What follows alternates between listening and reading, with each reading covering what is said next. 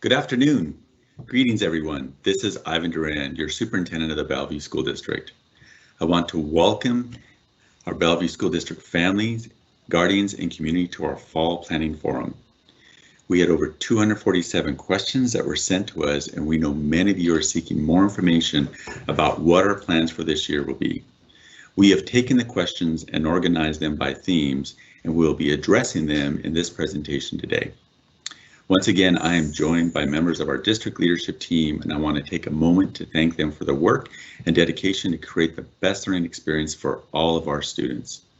I also want to thank all of our parents and guardians. You have been through a lot, and we appreciate your care, concern, and supports for all of our students and educators. This fall will be a challenge, but we know that together we will make it through and we will succeed. I also want to emphasize that we are here for all of our families and guardians. We are here to support you and your students' learning, health, and general well-being. Along with our educators, our district's greatest asset is our students, and we will not let them fail during this time. We know that there are concerns from childcare to technology to the amount of screen time students will have. And yes, we completely agree that in-person school is much preferred than remote learning when it comes to students' learning and social emotional health. But this summer, even though cases of COVID-19 were rising, we were planning for a full return to school, including implementing safety measures to mitigate the risk of infection. Unfortunately, cases increased with the rate of infection higher than we closed in March. Based on the facts and data around health and in consultation with our healthcare professionals, we made the decision for a remote start in partnership with the Department of Health. No one was thrilled about this decision. We all want learning to return to normal as soon as possible. We also are not alone in this decision. 280 school districts in Washington will open remotely, and only 7 districts in our state will be doing in-person learning at the start of the school year. We have heard from some families. Why can't you offer childcare and not return in person? Providing this essential service in a safe manner for less than 1,000 children is much simpler than providing in-person education and support services for the over 13,000 students. Maintaining adequate distancing and many other safety measures for all of our students, educators, and staff is simply not possible at the present time. We will be monitoring the situation and doing everything we can to adjust and return to school as what we knew it previously as soon as possible. Parents have been concerned regarding technology and the amount of screen time, and I want to emphasize that you have been heard. We have heard the concerns and we share many of those same concerns. But I do want you to know that we are streamlining communication to reduce the amount of emails students and parents receive from educators and staff. We are working with our leaders and our educators to ensure students have enough breaks and that tasks are not all computer-based. We're also creating, and we will have opportunities for students to connect with peers. Last spring, we heard that was a really big need, and we were able to make quite a few adjustments in the springtime. We've learned from that, and we will be doing some good work to ensure our students have the opportunity to connect with their peers, educators, and other people that are relevant and important to them. Finally, we are taking steps to ensure that the online environment is safe and respectful. Matter of fact, every time someone comes to pick up a device, we have a new way of asking for agreement from our students and families around how students will engage and work in the online environments. So please keep giving us feedback on technology. Please keep giving us feedback on what the experience is like for your students. We want to know so that we can continue to adjust and change the practices that we are doing throughout this year. We also want to design our technology and all of our plans with our families like yours in mind so that we can just make the adjustments necessary to ensure that we have a really strong model for all of our students and educators. Thank you again for all of your support, for your suggestions and your encouragement. We cannot do this alone, so I'm very grateful for all the community supports that we receive from our PTSAs to some of our community partners who are serving and supporting our families and students in many ways. I am now pleased to hand this over to Eva Collins, our Deputy of Student Academic Performance and Instructional Leadership. Eva, I'm handing off to you. Okay, thank you, Dr. Duran. Next slide, please. Oops. I think Dr. Duran covered this in his, so next slide, please.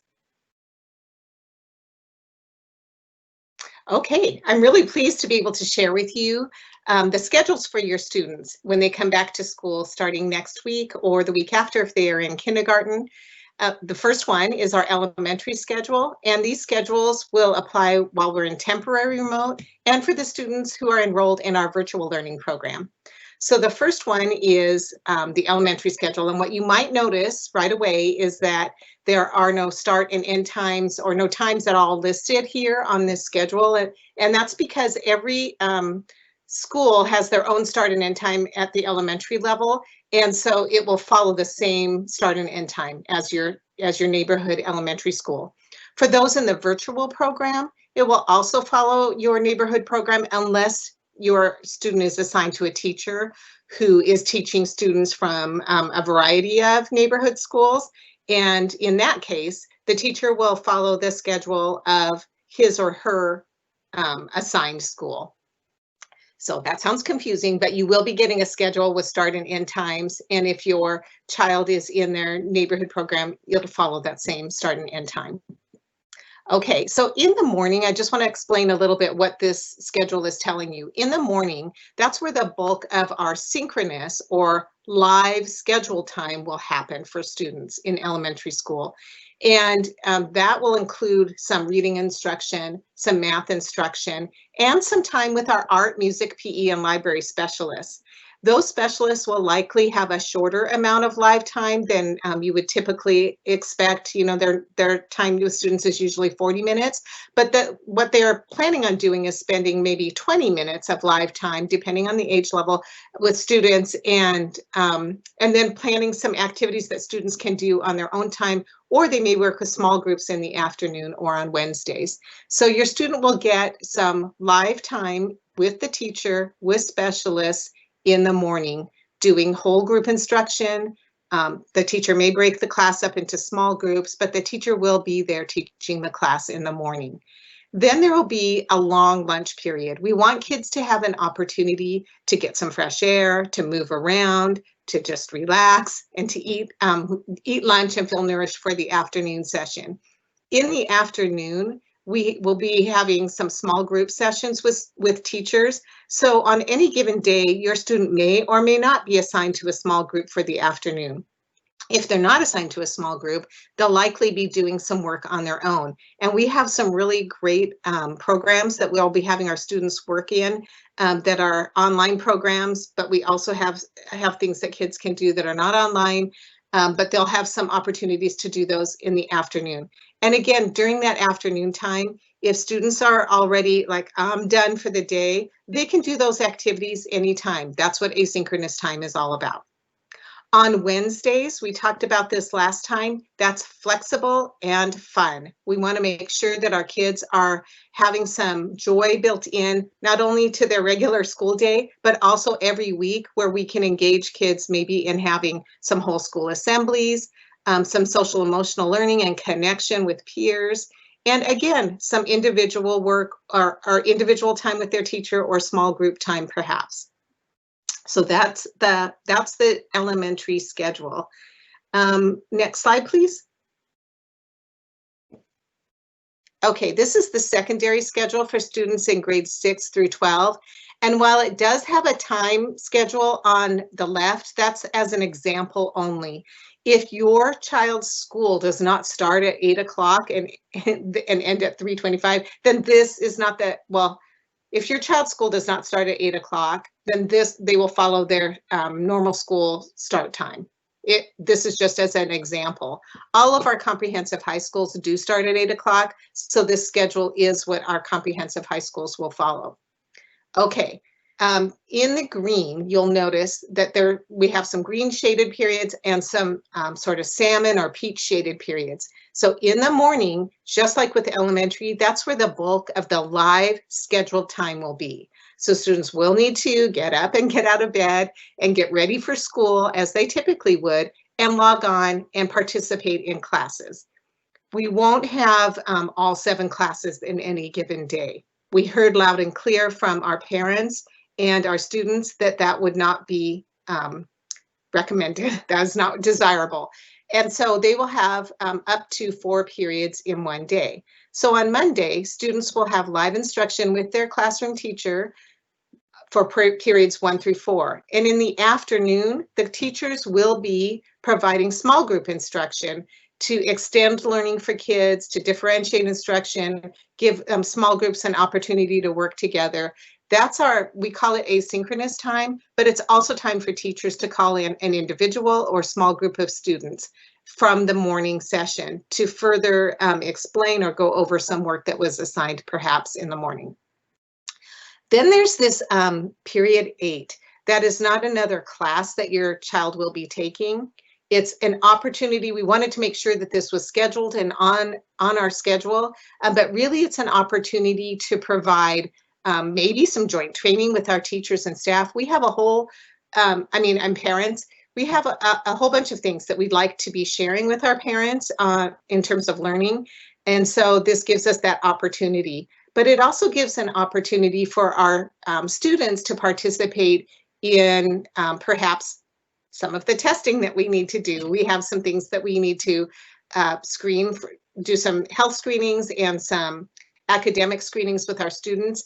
This time is carved out so that we don't have to take time from their other classes. So that's what period 8 is about. And then again, Wednesdays are flexible. We do have an alternating Wednesday schedule so that periods 1 through 4, notice that they're shaded in peach, meaning that it's going to be flexible, and periods 5 through 7 on the alternating week. And then we have this period of time called community. That's where we want to do some community building and perhaps assemblies and some fun things with students.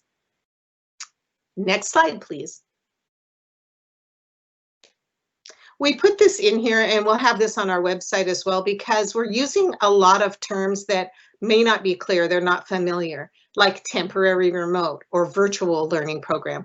The temporary remote means that we're starting temporarily in remote. So we are not able to start in person for all of our students. So we're going to be starting in temporary remote until we can open in the hybrid. The hybrid is the combination of temporary remote and in-person learning. We've talked about this before where some of the students will come in person, perhaps a couple of days a week, while other students may be learning remotely, and then at the end of the week it would flip. The virtual learning program are for students who have signed up for the full semester, perhaps the full year, to take their courses online. And then in-person is our typical face-to-face, you're in the classroom with the teacher. Synchronous is the time that's scheduled and live. So the teacher's online, has some time scheduled with students. Usually it will be with a whole class, could be with small groups. And asynchronous means here's some stuff we're giving you to learn, but you can do this on your own time, or we may be calling you in for some small group time. Next slide, please. This is just a visual to show that temporary remote is how we're starting this fall, but we're going to be monitoring health guidelines regularly and looking forward to the time when we can open in hybrid. And we will give you plenty of notice about that will be when we're ready to open in hybrid and what that would be like for your student. Okay, next slide, please. Good afternoon, everybody. My name is John Harrison. I'm one of the executive directors of schools, and I oversee the comprehensive middle schools as well as the 2 grade 6, 12 choice schools, big picture and international. And I'm here today to talk a little bit about attendance and grades. So with respect to attendance, we are taking attendance, and at the elementary level, attendance will be taken daily by classroom teachers and will be recorded in Synergy, our student information system.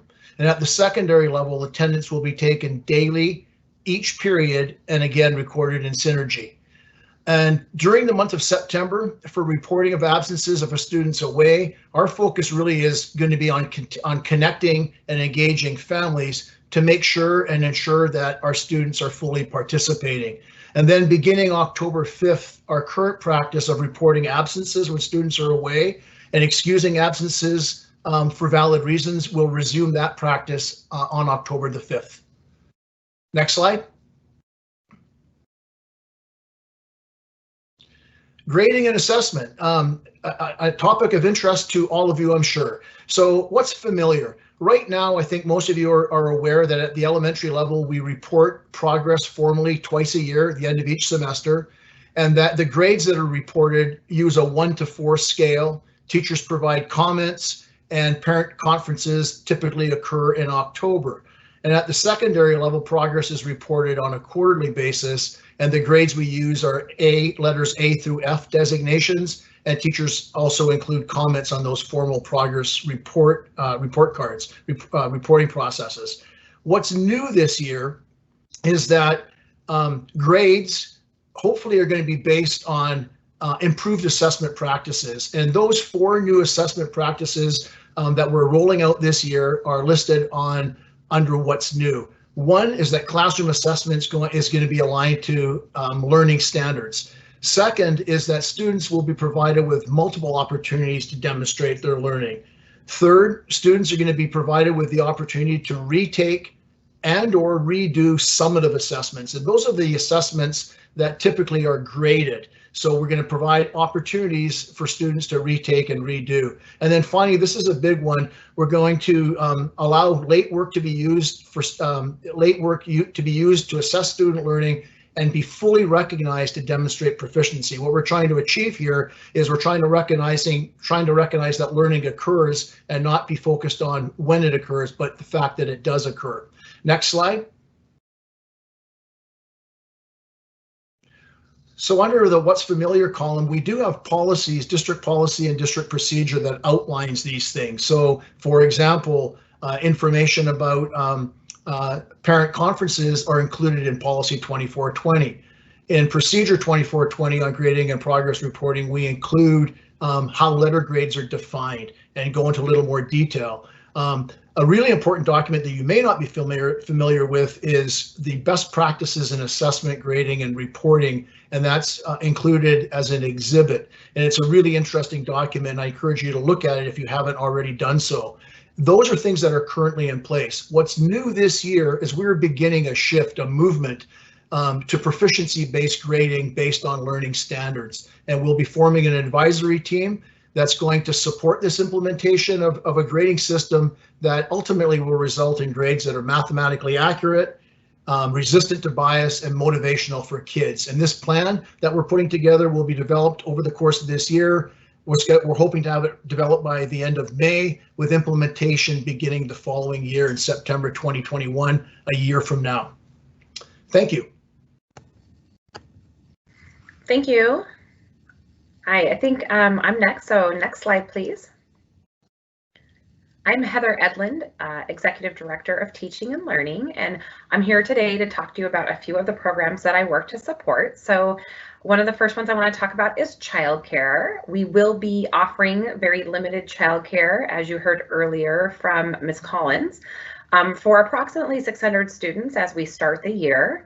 This will be prioritized for our essential workers, including our educators, and they will, there is a tuition or a fee for this service, but students will receive support for their online learning. We will have support staff from the Bellevue School District communicating with the teachers and educators, ensuring that students are accessing their instruction on Teams, communicating with their teacher and completing assignments. Next slide. We also have some exciting things happening with kindergarten and early learning. Our educators are very excited to be planning for the return of students.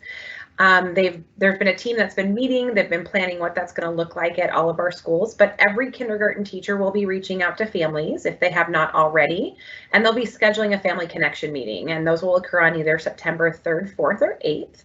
The purpose of that is really to talk with you about your individual family and your needs. What are you concerned about for your child in connecting online, or what are you excited about? That opportunity to meet your teacher And so that will be coming up. And the teachers will be able to provide you some of that specific information that Eva shared with you earlier. What will the schedule look like for that classroom? When can you expect small groups? What kind of communication you can expect? So look forward to those meetings coming out from our kindergarten and early learning departments. Next slide, please. With respect to advanced learning, we have two big themes of things we want to be sure that you know. First, that eligibility for advanced learning programs will still occur. It may look different than what it's looked like in the past. We are hoping, while we've had to delay our testing right now, we're hoping that we can still provide in-person assessments later in the year when the risk of spreading COVID is lowered. But if that's not the case, we have alternative measures that we will use. And so eligibility for advanced learning services will continue. Further, services will continue to be provided, whether you're in the virtual BSD virtual services or in our temporary remote. Students who are in advanced learning will receive advanced learning classes with teachers eligible to teach advanced learning with other peers that are in the advanced learning program. So while the methodology will look a little bit different than what you've seen in the past, the experience for the students in terms of who they're with, the content they're getting, the instruction that they're getting will be the same. Next slide, please. And finally, I want to talk just a moment about special education. I want to just remind you that all of our students who receive special education services are general education students first. And so everything that you're hearing about for all students or for all educators that's scheduled for the day, synchronous and asynchronous, live instruction, live support, will happen for students with IEPs and 504 plans as well. In addition, we are providing a special family forum on next Monday from 4 to 5 for our families of students receiving special education or 504 supports. There's information on our district website. We are taking questions at this time through 5 o'clock tomorrow. So we encourage you, if that's an area of interest for you, to join us for that forum again on Monday. Next slide.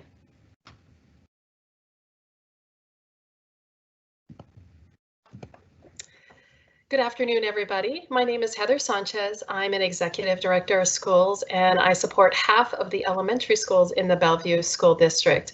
I just want to pause for just a moment before we talk about elementary specialists to just reiterate how excited we are to have students back. And while we acknowledge that we're not bringing students back in person and we're starting the year in an unconventional manner, we are no less excited to have students with us. Our teachers have been engaging in a lot of professional development and are in professional development this week, as a matter of fact, moving into next week. So on behalf of all of our schools, families, just wanted to let you know how excited we are to have your students back with us. Eva mentioned a little bit about elementary specialists earlier, but just in brief, we will have elementary specialists. And as mentioned previously, it will be broken into 20-minute chunks of time. And so students will, at the elementary level, will receive specialist time both in a live format and in the morning, some live instruction from their specialists, as well as in the afternoon in some asynchronous time. So for specialists, that includes art, music, PE, library, and band and orchestra for 5th grade students. So we're pleased that that will continue, and our elementary specialist teachers have been diligently preparing and are excited for a remote launch with their students. Next slide, please. School supplies. So each school is working on a plan to get necessary materials both to students and to communicate what school supplies students will need. So in some cases, students will need to access novels, workbooks, consumables, other school-related materials, and schools will have a plan on how they're going to get those to families. Also, in conjunction with that, schools may have some supply lists that they will be communicating to families.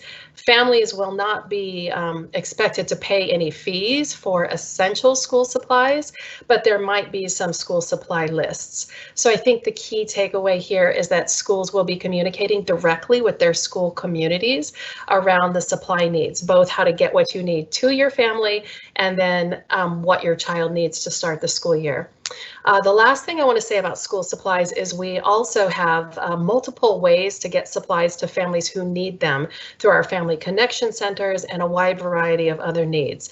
So if you are a family that needs school supplies, we are fully committed to getting your student what they need, and we encourage you to partner with your school, and we will make sure that your student has what they need to be successful in their both remote learning and then hybrid when we return.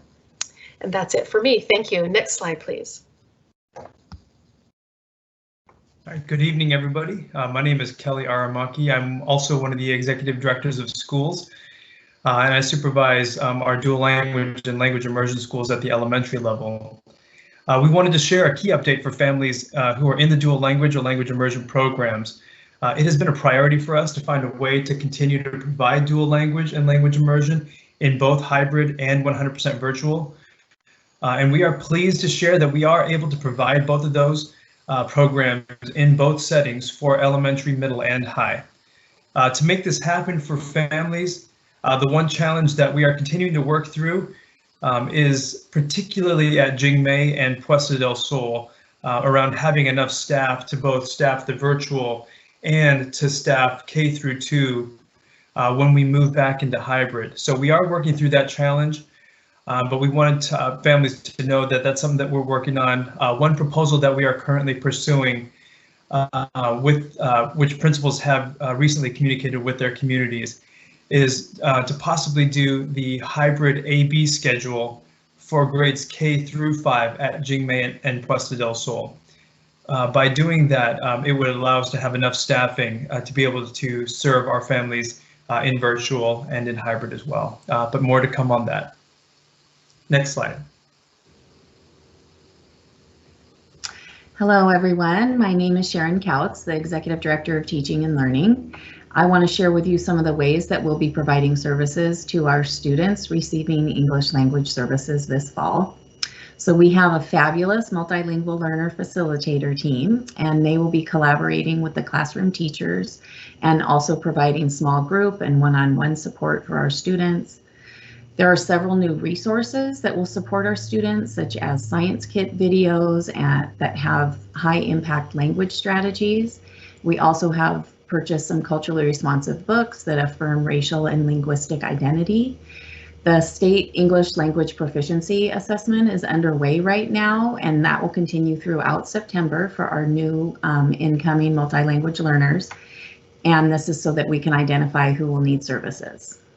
In addition, during the fall, we'll be offering 2 virtual parent events for families, and families will receive information about these events within the next couple of weeks. Next slide, please. Thank you. So we are super excited about some of the ways that we're going to be providing an engaging education in our lab courses that normally require a more hands-on experience. For our music courses, we'll be focusing on music literacy and using some of the music technology platforms that we have. Once we return to hybrid, we'll continue singing and playing wind instruments only in the remote environment until health officials advise us that it's okay to resume those in person. Our CTE and science courses have some really exciting ways that students will be able to learn in the virtual environment, including virtual labs, robotics kits, new software programs, interactive video platforms, science simulations, and computer modeling, just to name a few of those ways. These technologies are really engaging for students, and we're eager to share this way of learning with our students during the fall. Thank you. Next slide, please.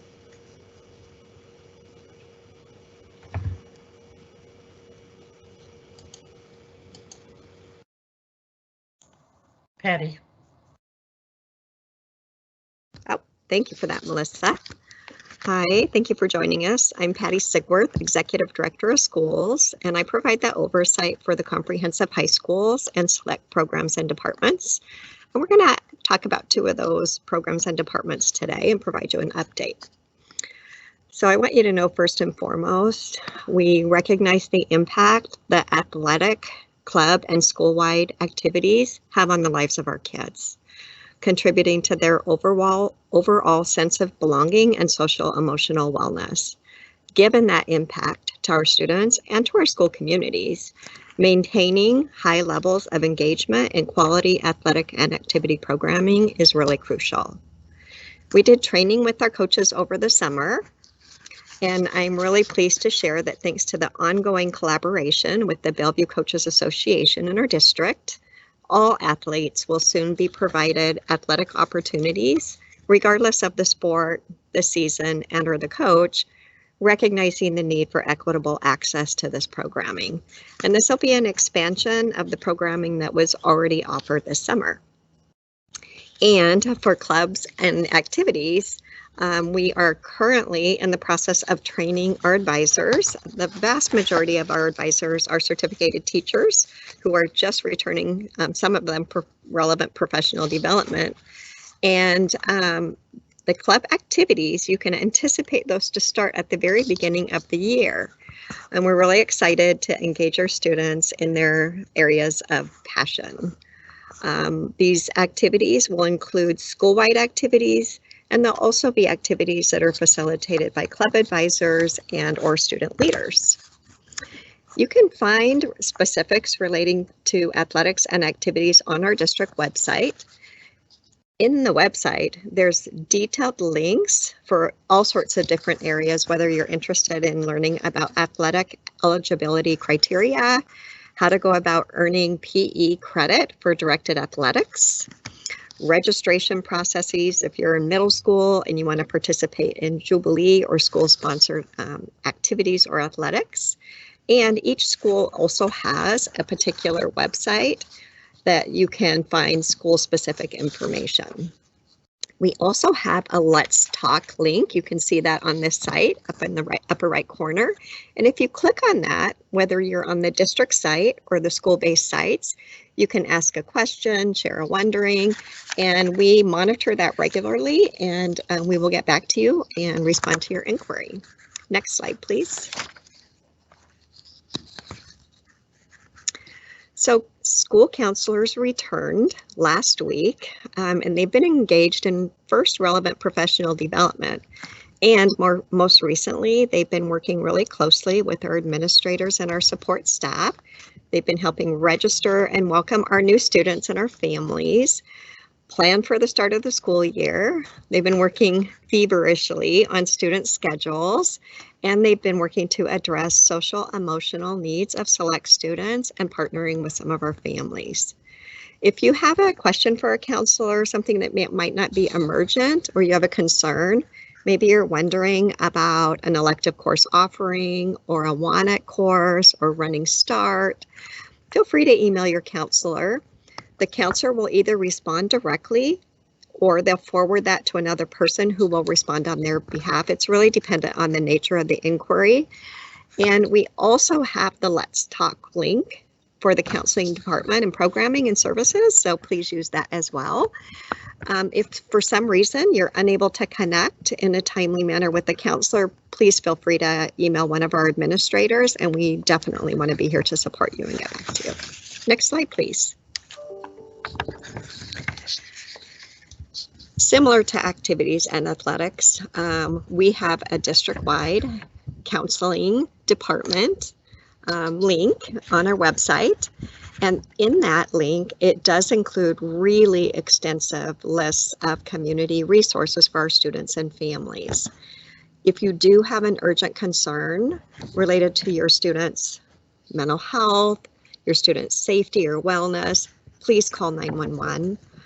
Student safety and wellness is of the utmost priority, and know that our school counselors also remain available to assist students and families during crisis situations, so please don't hesitate to reach out. Next slide.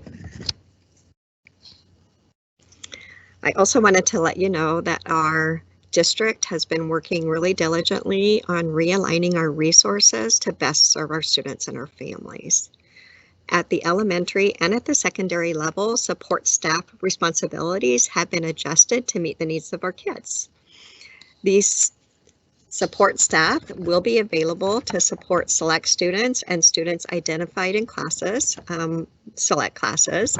What they'll be doing is they'll be providing one-on-one and small group support in the area of instruction, social emotional, could be executive functioning, and they'll be doing this in collaboration with the classroom teacher. And that could happen either during synchronous and asynchronous learning times.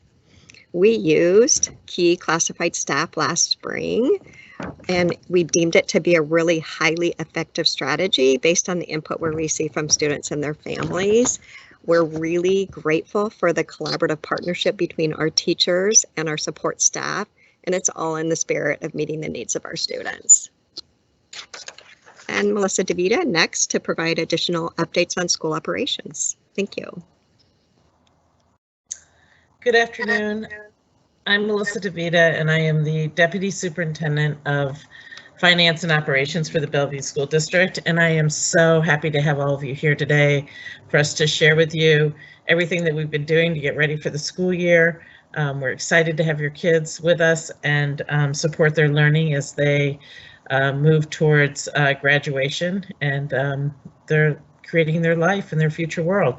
So I'm going to talk a little bit about nutrition first. Unfortunately, the U.S. Department of Agriculture will not allow us to have a program similar to last spring. Last spring, they had a waiver that allowed us to use the summer meal program rules, which basically meant that we could provide meals to anybody under the age of 18 and we would be reimbursed for them. Unfortunately, since we cannot use those at this time, we will have to be operating under the school lunch program, where we have to charge student accounts for the meals that we distribute. So with that program, it is imperative that you complete a free and reduced application form to take advantage of any assistance that is available. And there's a button on the district website on the homepage that you can click on to take you right directly to that form. We will have 7 pickup sites spread throughout the district. The majority of them are on a bus line, and we have scheduled pickup for between 3:30 and 5:30, so that you will be picking up meals for the next day that will include a breakfast and a lunch. That way, if you're working and can't get to a site in the middle of the day, you can get there after work or on your way home and have something available for your kids for the next day. We're asking that you pre-order the meals so that we can make sure that we have something for you when you arrive. And so we look forward to being able to serve you in our Meals to Go program. There is more information on our website, or you can reach out to us and we'll provide you with whatever information you need. I'm going to go ahead and turn it over to Jason Golick, to our Executive Director of Technology, to walk you through a few topics on technology. Jason? Good afternoon, and thank you for joining us. My name is Jason Golick. I'm the Executive Director of Technology. Over the summer, the district prepared over 21,000 laptops and 2,500 iPads to distribute for the start of school to ensure the students and families have a positive experience using the technology with remote learning. I wanted to provide an update on how we plan on doing technology support for this fall. We'll be providing support via multiple ways this fall. The first is by providing online support via our parent help email and student help, which is parenthelp@bsd4fi.org and studenthelp@bsd4fi.org. At any time, you can email those, and one of our technicians will get back in touch with you to help resolve any issues you may be having.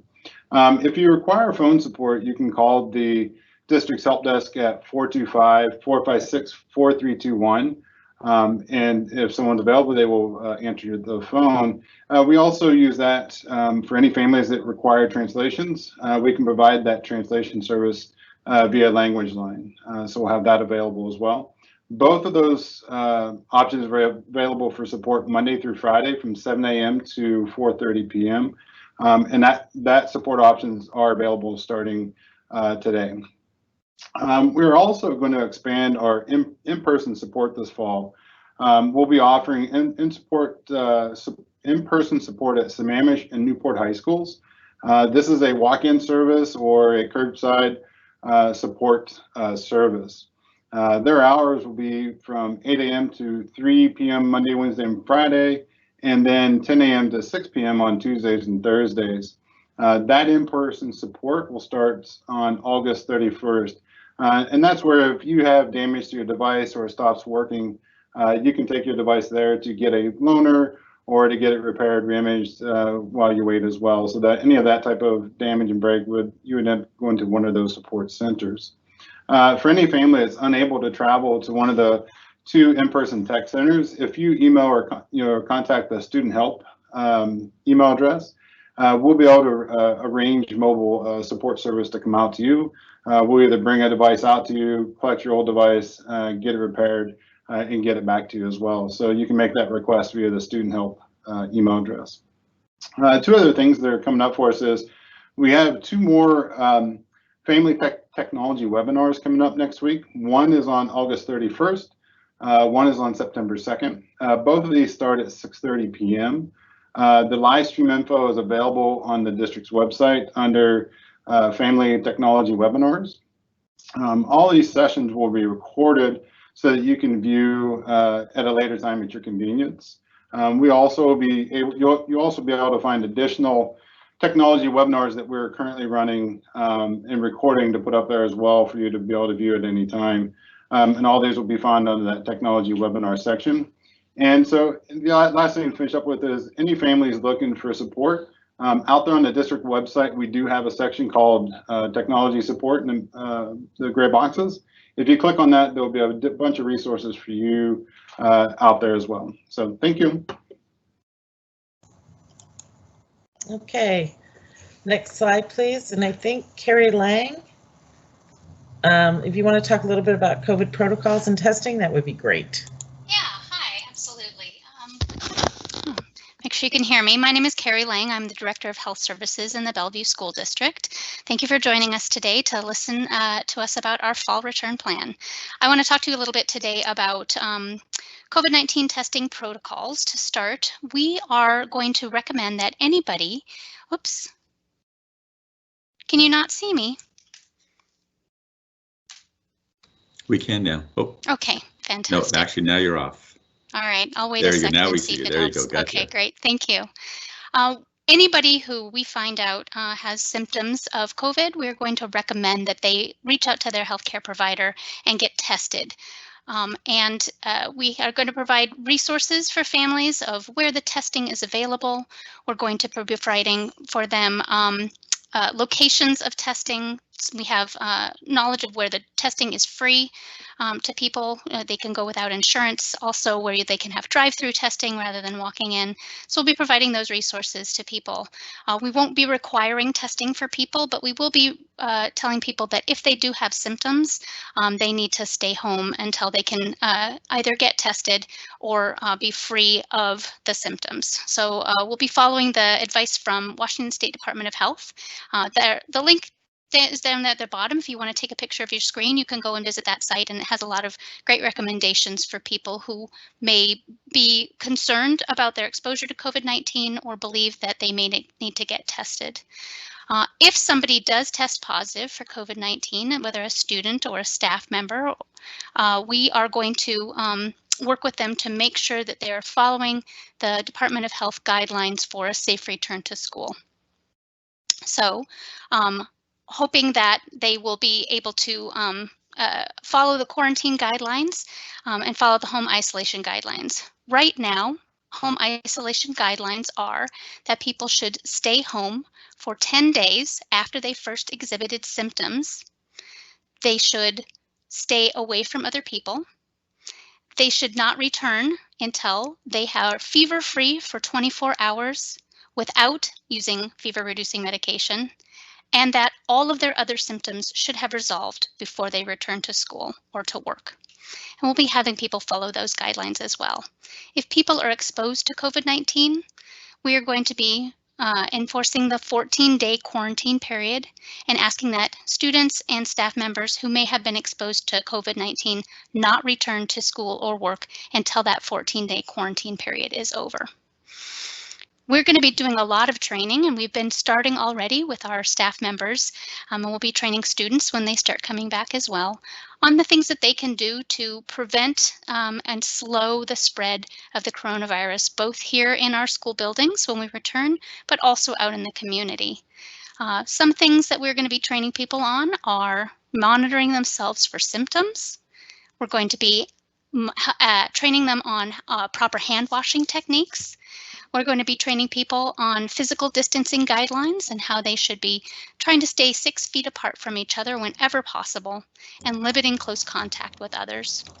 And we're going to be training people on how to clean and disinfect frequently touched surfaces, desks, computer equipment, and that sort of thing, so that we can make sure we're not creating an environment where it's easy for the coronavirus to spread in our buildings.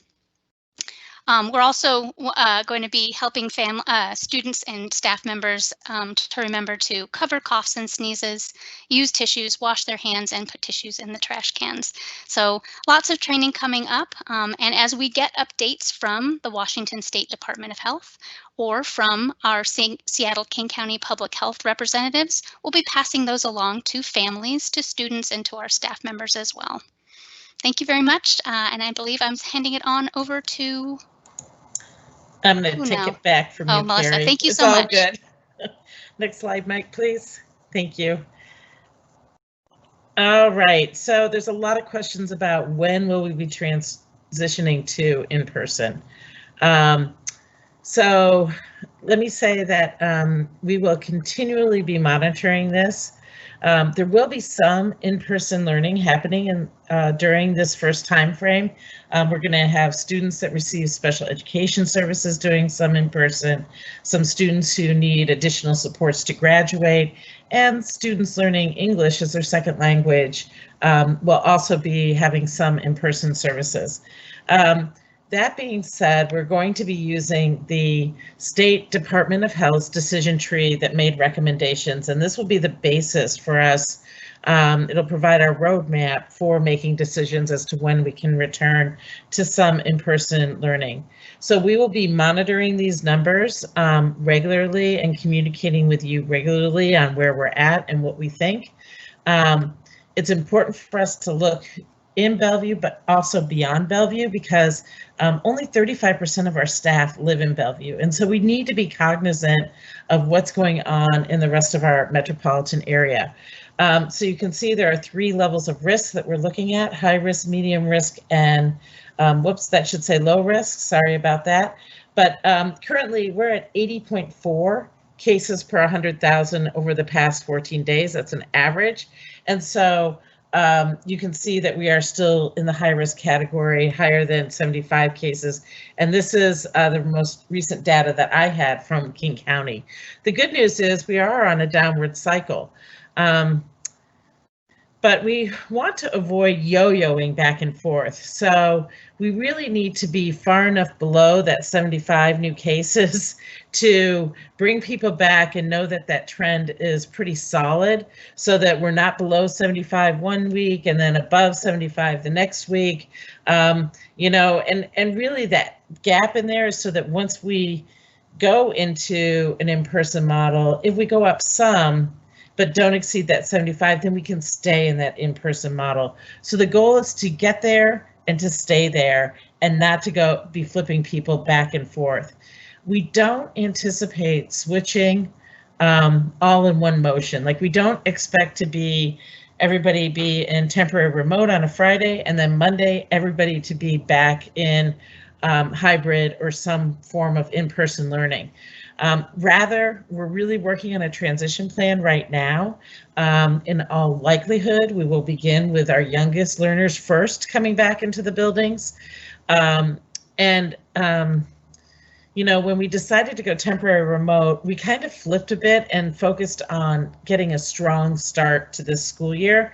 And we wanted to make sure that we are ready for your students, that the school year starts off well, and that they will be excited about learning too. So now that we're getting closer to starting, we're ready to go back and really provide the detail to this transition plan.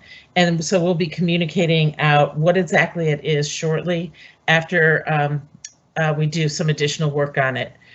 In addition, we'll be providing you future in the future more details around protocols and practices that we're putting in place. As Carrie just outlined some of them, we will definitely be giving you more details as we get closer to coming back in person. The last thing I want to say that we're putting in place are some feedback loops. You're hearing a lot today about what we're doing and what's going in, but it's important for us to get feedback from you. You know, we've never done this before. We've put our best thinking in it. We've looked at best practices. We've looked at what other districts are doing. But will everything be perfect? Absolutely not. And so your feedback is so important to us so that we can put some continuous improvement efforts in place so that when we hear your feedback, we can make adjustments that make sense so that we're constantly improving the experience for you and for our students. So you'll be hearing more about that too as the school year gets started. Next slide, please. So before we wrapped up here, I wanted to make sure that you have some contact information that you may need along the way. All of this information is available on our website. It will be available in this slide deck that we're going to post on our website as well, or you can just take a quick picture of this screen right now so that you have it handy in your phone whenever you need it. These are just some of the basic things that we get questions about, and so we just wanted to make sure that you had this information handy. Next slide, please. And if you have concerns about your child's instruction, their social emotional learning, connections to other students or their teacher or anything else, please reach out to your teacher first. Generally, they know the most about the situation. They're in the best place to answer those questions and to figure out how to move forward in the best interest of your student and the class. So reach out to your teacher first. If you need somebody else to talk to, then reach out to the assistant principal or principal. You know, the majority of things can be handled at the building level, and frankly, it's much quicker than calling anybody at the district office. But I do want you to know that we are here to help too. We're here to provide service to you. So start local and immediate, and then go ahead and move up the chain as necessary if you need more information or things to happen. So with that, I want to thank you for attending, and I'm going to turn this over to Christine Chu, who is the president of our board of directors. Christine. Thank you, Melissa. I am Christine Chu, as Melissa said, and I'm the current president of our board of directors. And I just want to say, wow. I hope that you can all see the amazing amount of work that has gone into preparing to bring our students back to learning. The summer has gone by quickly with staff working hard all the way through. And we appreciate our educators, our staff, and our leaders, our parents and students, and our community partners and community overall. Thank you. Thank you for your patience, for your feedback, for your participation in the many, many planning groups. And while we have planned carefully, as Melissa said, we also expect to continue to learn and adjust as we go. We will continue to ask ourselves hard questions and to seek out feedback from students, teachers, and families, and to hold ourselves accountable for serving each and every student. And now we are excited to reunite with our students and begin connecting and learning over what is certain to be a memorable school year. Thank you so much. And I turn you back to our superintendent, Dr. Duran. Wonderful. Thank you, Dr. Chu. Appreciate you saying those words, and just really want to thank all of our team for all the work that you put together for this forum. We really appreciate how really concise and hopefully consumable for our families and community. I know Jason Golick, talked a little bit around the technology distribution, but I just quickly want to say that, I spent part of my day yesterday going out and visiting the sites, and I tell you, it was just really impressive just to see the collaborative nature of the work that's going on at all the different schools, so it's from our technology department to our educators, to our PTSAs, to our school leaders. So many people came together during this time to get the technology distributed, and it was just really great to see the different ways that schools had kind of adjusted for their, personalities, their own communities, and schools were providing not only the technology and devices that students need, but many of them were also handing out some of the school supplies and materials. And in the end, when I checked in with a couple of students, over at Chinook Middle School, you know, the one thing that a couple of the kids said was like, yeah, we're ready to go. You know, they walked out of every of those sessions with the materials that they needed. They logged in their email, they logged in their Teams. So we are getting our students ready and just really grateful for all the work that has been going on. It's just a great demonstration of how much collaboration has gone into all this work. I also just want to say, as we move forward into next week and into the opening of the school, just really encourage everyone to think about gratitude. You know, one of our leadership practices that we use in our district is encouraging the heart. And I think many times we take for granted around how important gratitude is and how it can impact people in many different ways. And so just encourage you as you see, you know, our staff out there, our educators, our PTSA members, you know, our board members, anybody that's out there, you know, the work, you know, whether it's remote or in person, just take that moment to thank people for the work, because we are doing something that has never been done before. We didn't have a plan for this. We're leaning on, you know, international, national, and local supports, and we're doing our best in the process. So just thank you for all the support there. So thank you again to our families, guardians, and students that joined us today. Just again, to thank everybody for all the busy work that's gone on over the summer, everything we've done to make this year successful. Because, you know, our ultimate, you know, vision is to ensure that every one of our students, you know, really does become the creator of their future world, and that's what we want. As we've said in all of our fall planning communications this summer, and what we will continue to say is that I know that we will rise to this challenge together. So again, we look forward to the feedback, you know, from both what's working, what's not working, so we can adjust during this time. And we are all excited to start the year and looking forward to seeing our students and our educators and our staff in all of our classrooms and learning environments. So once again, in partnership, until we meet again, thank you for joining us today.